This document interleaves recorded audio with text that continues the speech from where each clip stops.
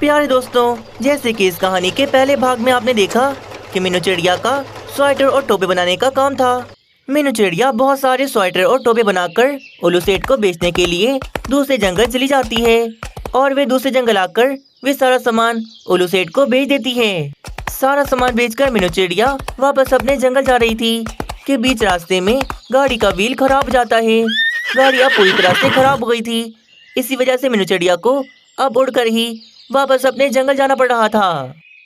वहीं दूसरी ओर मानो चिड़ा घर में अकेला था। वे कब से मीनू चिड़िया का इंतजार कर रहा था। ना जाने कहाँ रह गई मम्मा।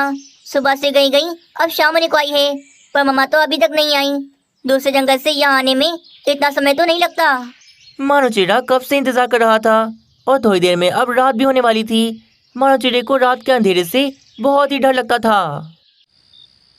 काफी रात हो रही थी। मीनू चिड़िया अभी तक अपने जंगल नहीं पहुंची थी। वे पहाड़ों की ओर थी।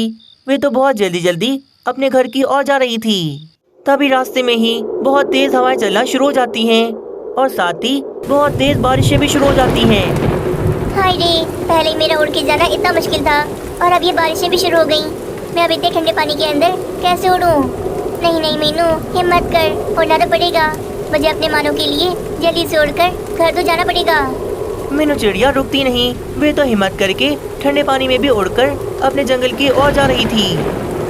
थोड़ी देर के बाद आखिरकार मीनू चिड़िया अपने जंगल में पहुंच जाती है, पर अभी भी मीनू चिड़िया का घर यहाँ से बहुत ही दूर था और उसके जंगल में भी बहुत तेज बारिशें हो रही थीं। आगे की कहानी देखने से पहले वीडियो को एक लाइक जरूर कर दें। जंगल तो पहुँच गई मैं, पर अभी मेरा घर यहाँ से बहुत दूर है। मुझे दोबारा से उड़ना पड़ेगा। तभी मीनू चिड़िया को सामने कालू कौवे का घर नजर आता है। सामने कालू कौवे घर है। एक काम करती हूँ, कुछ देर के लिए कालू कौवे घर में रुक लेती हूँ। थोड़ी गरमाइश मिलेगी, फिर दोबारा से उड़कर अपने घर चली जाऊंगी। बस फिर मीनू चिड़िया मदद मांगने के लिए कालू कौवे के घर के पास आकर उसका दरवाजा बजाती है। कालू कौवे, मेरी मदद करो, दरवाजा खोलो, मुझे बहुत ठंड लग रही है। अरे बाप रे, ये तो मीनू चिड़िया की आवाज़ है। कालू जी, ये कहाँ से आ गई आधी रात को हमें परेशान करने? कालू कौवा फिर दरवाजा खोलता है। कालू कौवे, मेरी मदद करो, मुझे बहुत ठंड लग रही है। बहुत दूर से उड़ के आ रही हूँ मैं, इसीलिए थोड़ी देर के लिए मुझे अपने घर में जगह दे दो। ओ मीनू चिड़िया, तुम कहाँ से आ गई आधी रात को हमें परेशान करने? चलो भागो यहाँ से, हमें नहीं करनी किसी की मदद। ऐसे ना बोलो कालू कौवे, मुझे घर के अंदर आने दो। देखो ना बाहर कितनी बारिश है, कितने ठंडे बाहर। मीनू चिड़िया, क्या चाहती हो? तुम्हारे मुँह पर हम ये दरवाजा बंद कर दें? हाँ? मीनू चिड़िया निराश होकर वहाँ से चली जाती है और वे तोते के घर में आती है। अरे मीनू चिड़िया, क्या परेशानी है यार? तुमने मेरी सारी नींद खराब कर दी। बोला ना एक बार, मैं तुम्हें अपने घर में अभी नहीं रहने दे सकता।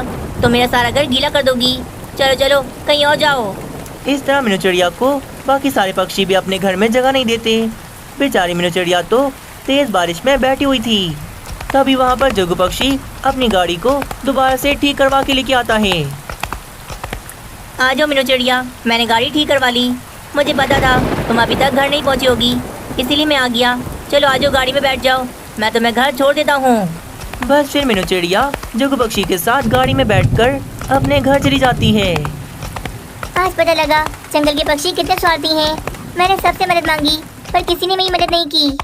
थोड़ी देर के बाद मीनू चिड़िया ठीक ठाक अपने घर में पहुंच जाती है। जंगल में तो अब तेज बारिश के साथ बहुत मोटे मोटे बर्फ के ओले भी पड़ रहे थे।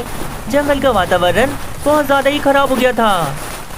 बर्फ के मोटे मोटे ओले गिरने से सभी पक्षियों की लकड़ियों के घरों की छत में बड़े बड़े सुराख हो गए थे। अरे बाप रे, मेरा घर टूट गया, मेरा घर टूट गया। मेरे घर की छत में बड़े बड़े सुराख हो गए। हम पक्षी कहाँ जाएंगे? हमारा घर टूट गया। आधी रात में इतनी ज़्यादा ठंड में हम कहाँ जाएंगे? कालू जी, बहुत ठंड लग रही है मुझे कहीं ले जाओ ना, जहाँ पर मुझे ठंड न लगे। अरे पक्षियों, मैं अभी देख के आ रहा हूँ। पूरे जंगल में सब पक्षियों के घर टूट गए, पर मीनू चिड़िया का नहीं टूटा, क्योंकि उसका घर लकड़ी का नहीं बल्कि कपड़े का बना हुआ है। वाह भाई, मीनू चिड़िया के तो मजे हैं। काश हमने अभी थोड़ी देर पहले मीनू चिड़िया को अपने घर में जगह दे दी होती और उसे डांट कर न भगाया होता। पक्षियों का तो अब कोई मुंह नहीं था कि वे मीनू चिड़िया से जाकर मदद मांगे, क्योंकि उन सब पक्षियों ने मीनू चिड़िया के साथ बहुत गलत किया था। इसीलिए तो कहते हैं हमेशा दूसरों के बुरे वक्त में उनकी जरूर मदद करें। ताकि जब हम पर भी कोई बुरा वक्त आए तो लोग हमारी मदद करें। ठंडी का मौसम चल रहा था। मीनू चिड़िया अपने घर में स्वेटर और टोपे बनाने का काम करती थी। मीनू चिड़िया ने अपना घर भी स्वेटर और टोपे से ही बनाया हुआ था और उसने घर के ऊपर एक छतरी भी लगाई हुई थी, जिसकी वजह से मीनू चिड़िया घर अंदर से बहुत ज़्यादा गर्म था। मम्मा, मैं कब से देख रहा हूँ आप काम पे काम कर रही हो। अब सो भी जाओ ना आकर, कल कर लेना बाकी का काम। मानो चिड़े, मेरा काम तो करना पड़ेगा ना। कल मुझे 50 स्वेटर और बहुत सारे टोपे बनाकर उलू सेठ को बेचने हैं, इसलिए मैं सो नहीं सकती। मम्मा, बहुत मेहनत करती हो आप। देखना, जब मैं बड़ा हो जाऊंगा तो आपको जरा सा काम नहीं करने दूंगा। बस घर में बिठा के रखूंगा और मजे मजे के भोजन खिलाऊंगा और मैं आपको सोने का एक हार भी ला के दूंगा। मेरा मानो, कितनी चिंता है तुम्हें मेरी। हाँ मानो, तुम बड़े हो जाओगी तो देखना सब ठीक हो जाएगा। हाँ मम्मा, मैं तो आपको बहुत सारे सोने के गहने दिलाऊंगा, बहुत अच्छी लगोगी आप पहनकर। अच्छा मेरे बेटे, चलो अब सो जाओ। मुझे तो अभी काम करना है, इसीलिए मैं तो नहीं सो सकती। बस फिर मानो चिड़िया सो जाता है, पर मीनू चिड़िया पूरी रात काम में लगी रहती है। चलो मानो चिड़ी, मैं जा रही हूँ। ये सारे टोपे और स्वेटर उल्लू सेठ को बेच के आती हूँ। मम्मा, मैं भी चलता हूँ ना आपके साथ। मैं यहाँ पर घर में अकेला बैठा क्या करूँगा। नहीं मानो बेटा, मैं आ जाऊंगी ना थोड़ी देर में, तुम बैठो घर में आराम से। अरे मीनू चिड़िया, कहाँ जा रही हो इतना सारा सामान लेकर? दूसरे जंगल स्वेटर और टोपे बेचने के लिए जा रही हूँ। बहुत जल्दी में हूँ कालू कौवे, मैं तुमसे आके बात करती हूँ। अच्छा ठीक है। मीनू चिड़िया फिर गाड़ी में बैठकर वे सारे स्वेटर और टोपे लेकर दूसरे जंगल उल्लू सेठ के पास चली जाती है। ये मीनू चिड़िया बिना सारा दिन मेहनत करती है, फिर भी हमेशा गरीब ही नजर आती है। पता नहीं कैसा काम है इसका। जंगल के पक्षी बहुत स्वार्थी थे, उन्हें किसी का कोई ख्याल नहीं था। वे तो बस हमेशा अपने बारे में ही सोचते थे। उधर मीनू चिड़िया वे सारे स्वेटर और टोपे लेकर दूसरे जंगल उल्लू सेठ के गोदाम में आ जाती है। इस बार के स्वेटर और टोपे भी तुमने बहुत अच्छे बनाए हैं। वाकई में मीनू चिड़िया, तुम्हारा काम एक नंबर होता है। हाँ उल्लू सेठ, बहुत सालों से कर रही हूँ मैं ये काम। मेरे काम में आपको कभी कोई गड़बड़ नजर नहीं आएगी। उल्लू सेठ फिर मीनू चिड़िया को उसके पैसे दे देता है। पैसे बहुत सारे थे। मीनू चिड़िया तो खुश हो जाती है। उल्लू सेठ, दोबारा भी मुझे जरूर याद रखना। स्वेटर टोपे या फिर कंबल बनानी हो तो मुझे जरूर बताना। हाँ मीनू चिड़िया, ये भी कोई कहने वाली बात है। मैं तुम्हारे अलावा ये काम और किसी से करवाता ही नहीं। ठीक है उल्लू सेठ, अब मैं चलती हूँ। कोई काम हो तो मुझे फोन कर देना। मीनू चिड़िया फिर वापस से जग्गू पक्षी की गाड़ी पर बैठकर अपने जंगल की ओर चली जाती है।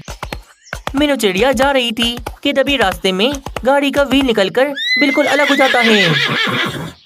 अरे बाप रे, ये मेरी गाड़ी को क्या हो गया? व्हील कैसे निकल गया? बाप रे, ये तो बड़ा काम आ गया। मीनू चिड़िया, मैं तुम्हें अभी जंगल नहीं पहुंचा सकता। हाय रे, कैसे निकल गया है व्हील? मेरा जंगल तो अभी यहाँ से बहुत दूर है।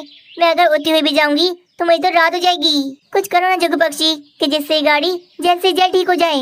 मीनू चिड़िया, जल्द से जल्द भी करूँगा तो कम से कम मुझे 2 घंटे तो लग ही जाएंगे। गाड़ी का व्हील दोबारा से लगाना आसान बात नहीं है। ठीक है जग्गू पक्षी, मैं उड़ के ही चली जाती हूँ फिर। रात होने ही वाली थी। मीनू चिड़िया फिर उड़कर ही अपने जंगल की तरफ चली जाती है। उधर घर में मानो चिड़ा भी बिल्कुल अकेला था, जिसकी वजह से